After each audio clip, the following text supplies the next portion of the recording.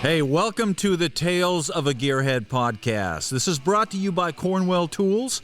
They're the choice of professionals since 1919. Can you believe that? 1919. It's over 100 years building tools. All right, let's get rolling.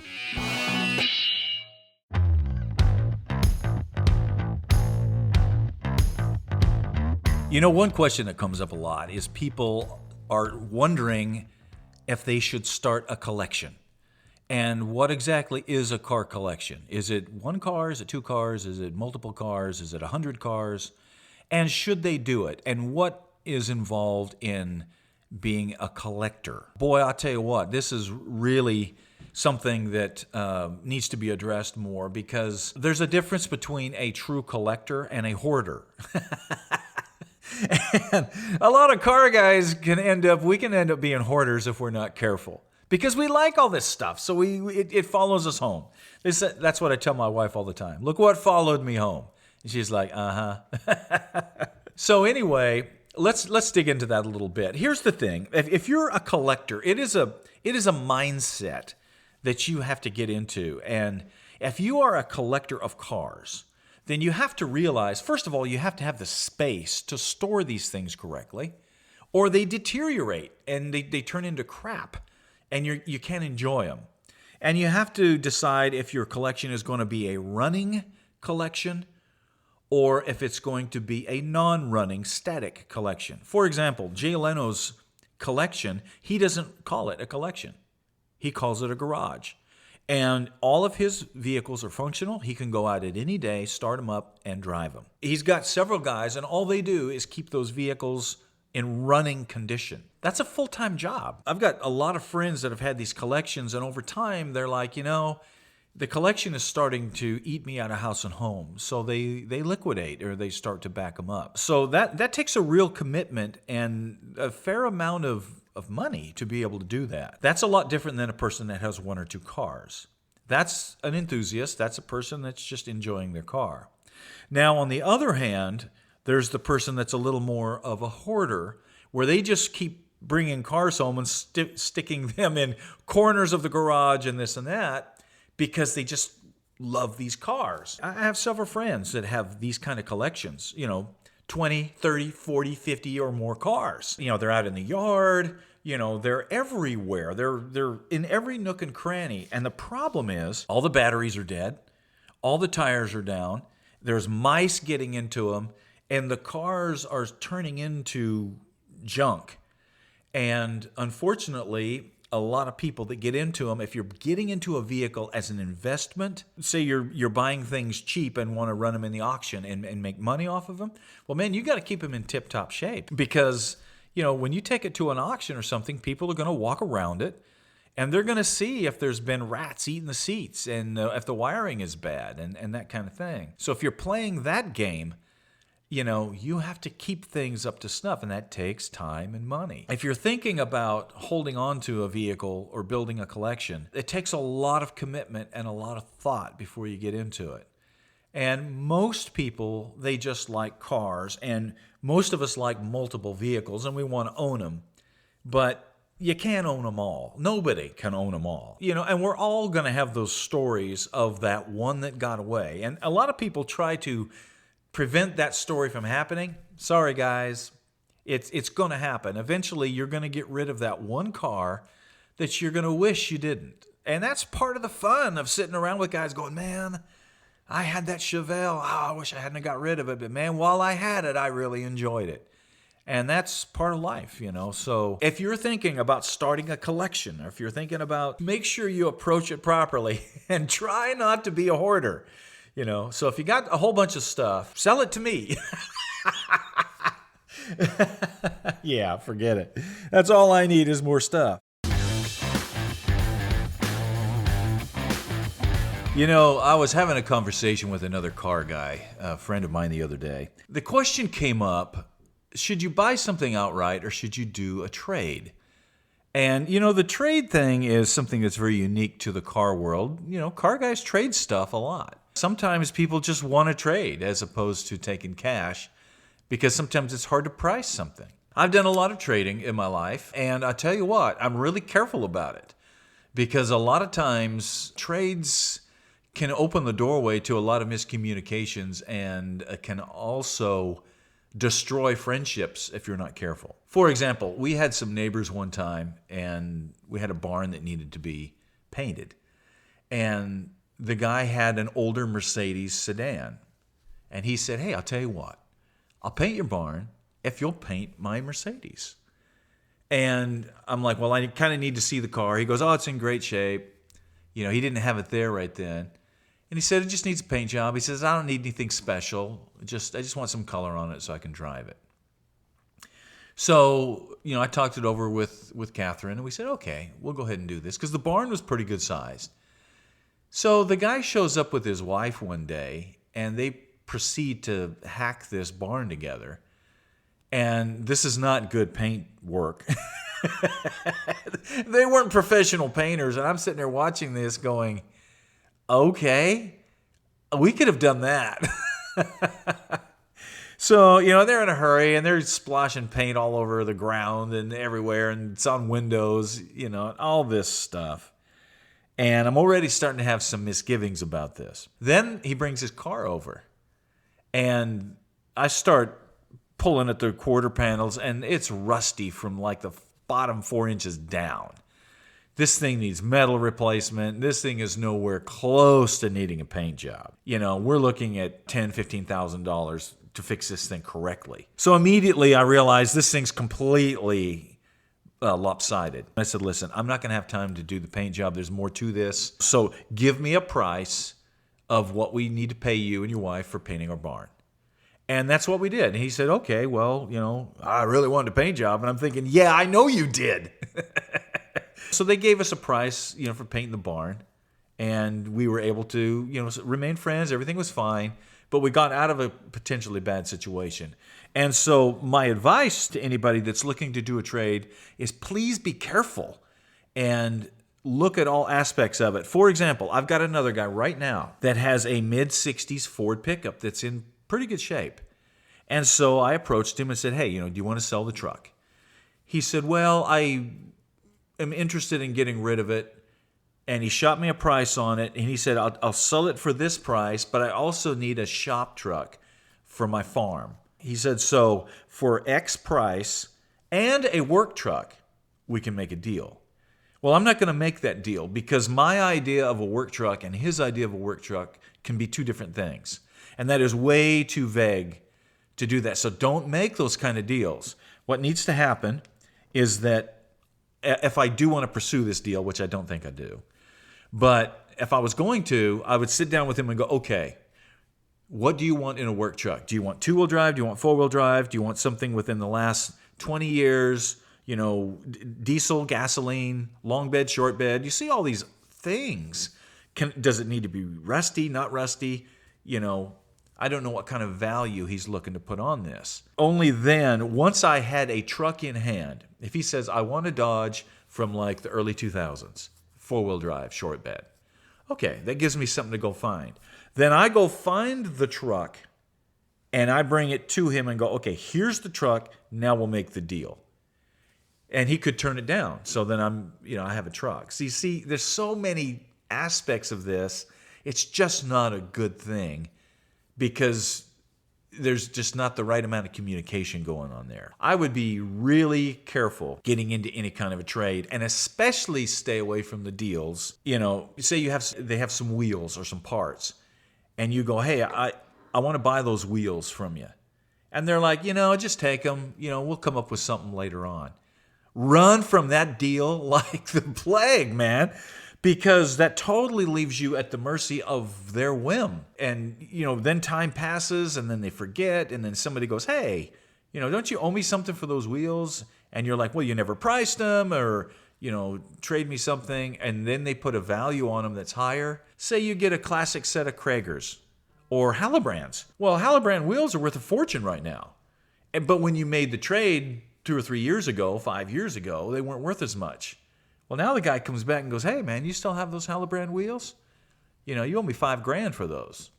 It was like, I was kind of thinking 500, 5 years ago. So you see how these kind of trade deals, these nebulous deals can kind of get you in trouble. And And listen, guys, it can mess up the relationships you have with your car friends. And you don't want that. You don't ever want that. So my advice in any type of deal like this is that you come to a price or whatever the trade may be, and you both decide on it, and then you make the deal then. And that brings up another suggestion. Don't let time pass on a deal. In other words, if a guy comes in and says, I will take $3,000 for this old car. If you want that, you need to say, I will take it, and then you need to act on it. Don't let 6 months go by and then go back, and now it's gone, and you're like, well, you sold it. You know, the guy's like, listen, you didn't come and buy it. The way I look at this is that the deal is only good on the day it's made. Now, I know a lot of you guys are like, oh, come on. No, you have to look at it that way because it's just like going into a store. There might be something on sale, and you come back the next day, and it's all sold out, and you missed it. And you really have to look at these car deals that same way. I had a guy one time that wanted a particular car that I had, and I gave him a price. And he goes, well, you know, I'll think about it. Well, he came back almost 3 years later and wanted that same deal. Well, the car was already gone. And I was like, well, that's crazy. He goes, well, man, I wish I'd have known. It's like, it's not my job to tell you I'm getting ready to sell it to somebody else. If you want it, you need to act on it. That's kind of one of the things that's aggravating to a seller. You know, we call them tire kickers or guys that, you know, are just kind of wasting your time. Nobody likes that. If you're interested, tell a person that you're interested. If you don't have the money at the time, tell them. You know, just say, hey, listen, you know, I really like this deal, $3,000 for this vehicle. I have got to sell some other stuff. I don't have the cash right now. So as soon as I sell it, I will get back with you. And if you still have it, then we'll work a deal. Because that price could change, and you have to understand that. Unless the guy gives you his word. You know, if a guy says, listen, I'll let you have it for $3,000, and I'll hold that price for 6 months. Or 6 weeks, 6 days, 6 hours, whatever it might be. Then you have the guy at his word. But still, I've had guys break their word before. I had a guy come in recently, buy a truck for me, and says, I'll take it. And he says, can you deliver it to my house? And all this other stuff. I was getting shipping ready. And then the guy's like, yeah, I decided I'm not going to buy it. Can't really do that once you give your word on something like that. As a seller, you have to be ready for somebody to renege, and it just happens sometimes. So that is kind of an idea on how I approach some of these deals. The biggest thing is communication, and the biggest thing is do not expect, you know, somebody to hold something for you.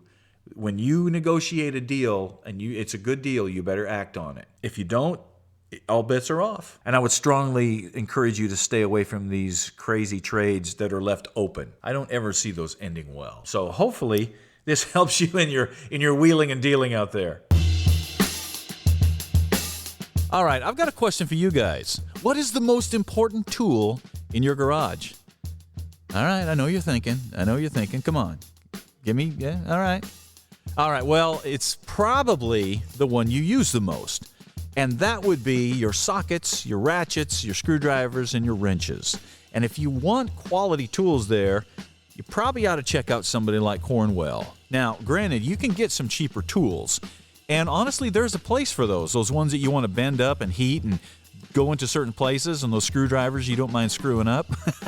Well, that's where you get the cheap stuff. But if you want real quality tools that are going to last and have a warranty, that's where you need to check out somebody like Cornwell. They've been doing it forever, and believe me, you do get what you pay for.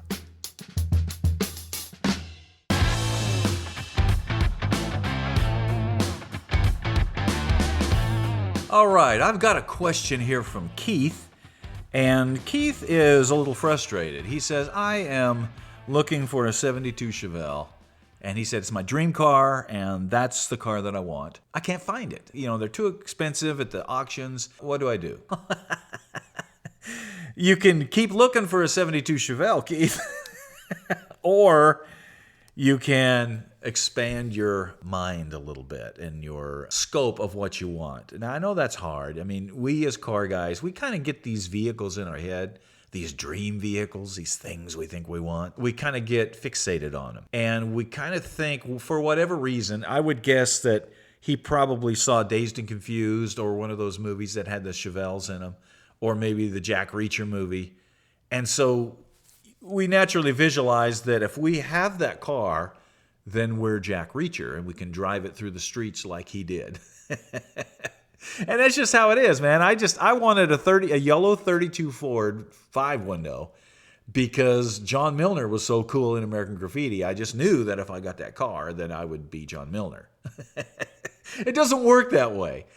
First of all, you can't find 32 5-windows hardly anymore. And you just, you have to expand your horizons. So basically, you're going to find that in this car world, very rarely do you get that dream car, that ultimate car? Because most of us would be driving around in Ferraris or Lamborghinis, and that's just not going to happen. So what you need to do is be happy with what you can afford and what you can get. Because part of your car experience, your life experience as a car guy, is going to come from those cars that you get. I mean, my first car, like everybody, was a Volkswagen, Beetle dune buggy thing. Because they were almost free at the time. Now, they're not anymore. But, when I was growing up, you worked with what you had. I love those old Volkswagens, and I love those old cars. And it opened up such a love for all automotive stuff that I'm not real picky. For example, I wanted a 32 5-window coupe. Couldn't find one. But what I did find was a 30 Model A coupe. Now, it's not a 32. It has a different shaped windshield, as you guys know. But it's pretty darn close. And the Model A's at the time were way cheaper.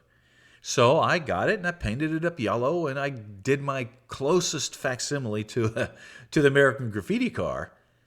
And I had a great time in that car. And then I moved on to other things. When you're looking for those, obviously, if you can find the one that you really want, that's great. But if you can't, find something that's close or something else that you like. And then as you work through that car and sell it and this kind of thing, eventually you'll get to the car that you want. But you might find that your taste changes a little bit. And like Keith wants a 72 Chevelle, he may end up going, I really like the 67 Chevelles, or I really like a GTO, or I really like a Mopar more now. I don't really want that Chevelle that much. And, that has happened to me. One car that I've always wanted is a 55 two-door hardtop. I mean, I just always love those cars. I've never owned one. I've come really close, and I've had the money, and I've looked at the cars and picked them out. When it finally came time for me to buy my 55 two-door hardtop, I was more interested in something else, and I bought a different car. So you might find that changes a little bit. So if you kind of keep moving forward in what you like, you will have some great car experiences. Another example for me, I always loved the old Jag XKEs. I mean, who doesn't? I mean, they're awesome cars. Well, when I was growing up, there weren't very many of those around, and there's even less now, and they're all in collections somewhere. But, I wanted this car to drive. And, I'd see an E-Type going down the road, and, all life would stop. Well, I couldn't afford one. And not only that, but at the time, I couldn't have afforded to own one because the maintenance on them, you got to keep tweaking on those cars. But what I did find was the 240, 260, and 280 Datsun Z cars, which were prevalent at the time. It's almost exactly the same shape. The Datsun was 100% copied off of the C3 Corvette, the E-Type Jag, and the Ferrari GTO. I mean, you take those three cars and throw them together and mash them up, and you got the early Z car. And they were cheap and they were fast. And I got into those Z cars and I loved them. And I ended up racing them for the SCCA and doing all kinds of stuff. I loved those cars. And of course, now they are collectible. I've still never owned an E-Type Jag, coupe. And I'm still working toward that. I'd like to have one. But, if I was to have the two come up, I'd probably take a 240 over one now. Because I know what I can do with a 240. So hopefully that kind of helps you down that road, Keith. I know that can be frustrating, especially for a car guy. And like I said, if you are completely enamored with that particular car, then just work toward it. But you can't get crazy about not being able to afford them, because generally the ones that people want, and especially those ones that were in movies, and became real famous, like the Bullet Mustang or the Bandit Trans Am, if you want that exact car, you're going to have to pay. Because a lot of other people want them too. Anyway, I hope that helps you, Keith. Good luck to you, man. All right, that's it for today. Once again, we're brought to you by Cornwell Tools. Have a great day and get out there and work on something.